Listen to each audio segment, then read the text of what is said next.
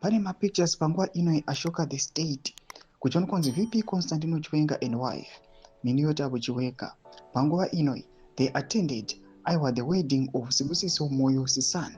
Chitiko panguva ino chinyatsozivikanwa kunzi Sibusiso Moyo the late anozivikanwa kunzi he was one of the architects vakacontributed to the 2017 military coup. Anozivikanwa kunzi he was an ally kuna VP Constantino Chiwenga.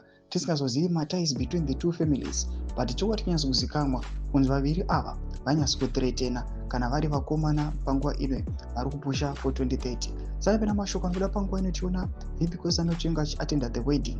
Aiwa zvinhu zvanga zviri iconic. Yoti bwa subscribe or like on the bell icon. Sunday May inoposta mapictures amuri kuona muri kungozvionera. Vanobuda kunyora vachienda mberi vachiti Vice President Dr. Constantino Chiwenga, accompanied by his wife Colonel Miniyotabo Chiwenga, attends the wedding of Sibusiso Moyo, Sibusiso Brandon Moyo, son of the late national hero and former Minister of Foreign Affairs and International Trade, Lieutenant General Sibusiso Moyo.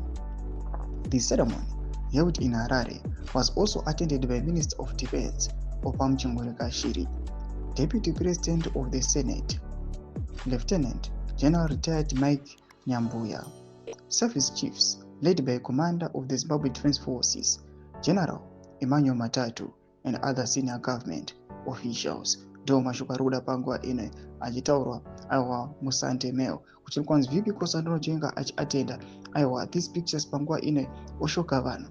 Panguva ino tiona kwanzi aiwa they were very iconic, and panguva ino tiona VP Constantino Chiwenga achiuya achifara the family yekwaMoyo. Chitiko vanhu chavanonyatsokuonekwa kunzi aiwa they really like these individuals. Imbotidza mafunguro enyu munoti kudi pamusoro pe-this event. Mira comment section medu mutudze mafunguro enyu. Musakanganwa kusubscribe, kulike pamwe chete nekutena on the bell icon.